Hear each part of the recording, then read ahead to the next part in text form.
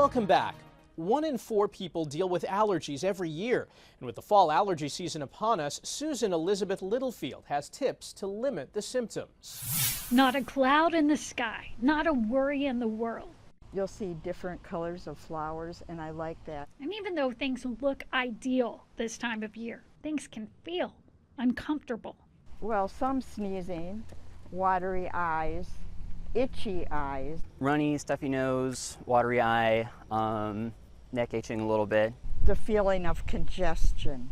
Fall allergy, we have ragweed, and Midwest is the capital of ragweed. Dr. Kelker says weeds are in full bloom. We have a lot of patients with ragweed allergy causing stuffy nose, runny nose, sneezing, itchy eyes, watery eyes, red eyes. Even asthma can happen. He says the summer weather is yielding some fall consequences. And we know we had a lot of rain. Yes. Could that mean more intense allergies? Yes, because then you have a double trouble. You have ragweed plus mold. He says this year raking will be extra irritating. So some people, what they do, they will take antihistamine like over-the-counter Zyrtec, Claritin, Allegra before they mow their lawn or rake the leaves. They might wear a mask. And most important, they can take a shower right after the gardening and all the work in the garden. Can you kind of get ahead of allergies? If you want to prevent allergies, best thing you can do is use the sinus rinse neti pot every day. Shower every evening, because that way you can wash away all the allergens. Those are a few ways to stay healthier on the inside so you can stay outside. Susan Elizabeth Littlefield, CBS News. Meta is launching Instagram Teen accounts, a more limited experience for younger users on the social media platform. Children under the age of 18 will be automatically migrated to the new service, which comes with new restrictions. Teens can only receive messages from people they follow or are connected to. Exposure to sensitive content will be limited, and notifications will be muted overnight. 100 million accounts will be affected by the change globally. We are likely to see teens maybe use the platform a little bit less, change the way they use the platform. Antigone Davis is the global head of safety at Meta. She says 16 and 17-year-olds will be able to change the settings. Anyone younger will need parental approval.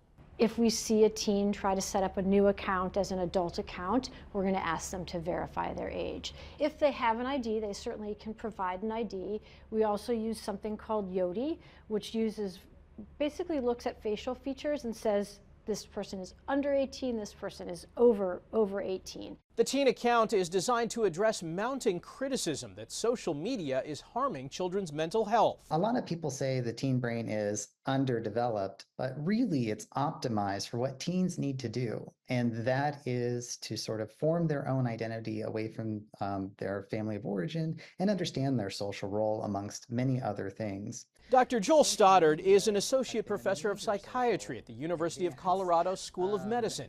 He calls Meta's move a good first step that encourages children to get off their phone. Having those constant interruptions, or maybe even spending the time on social media, takes you away from other things that you might need to be doing, including having face-to-face interactions, spending time with your family, being maybe a little bit less stressed about your schoolwork because you have time to get it done, or participating in physical activities.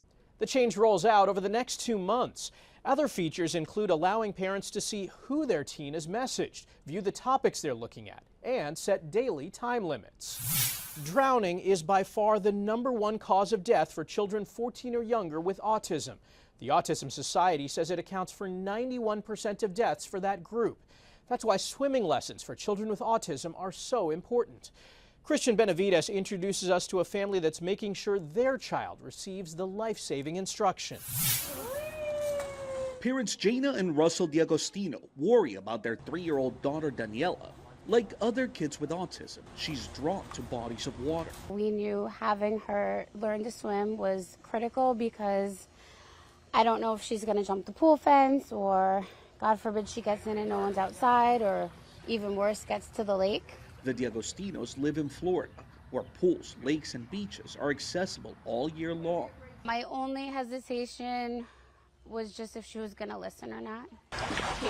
They enrolled her in swimming lessons that focus on survival skills in the water. Erin Cates is an instructor with the Baby Otter Swim School. she falls in, she's going to know exactly what to do. She's going to turn around, she's going to turn, kick, and reach, and she's going to get up to that wall, and she's going to hold and wait for us. The Autism Society of Florida says drowning is the leading cause of death for children on the autism spectrum. The drowning rate for kids with autism is 160 times greater than other children. It's in part due to autism alone when children run or wander away from caregivers. Most drownings occur in backyard swimming pools, and nearly 1 in 3 parents of a child with autism reports they've had close calls. Mindy York is president of the Baby Otter Swim School. This is as important as a car seat, and make it a priority. Kick and reach. Critical lessons that are saving lives. Christian Benavides, CBS News, Royal Palm Beach, Florida. After the break, artificial muscles are improving the way robots move. And 2 young girls from opposite worlds bond as they're treated for a rare disease.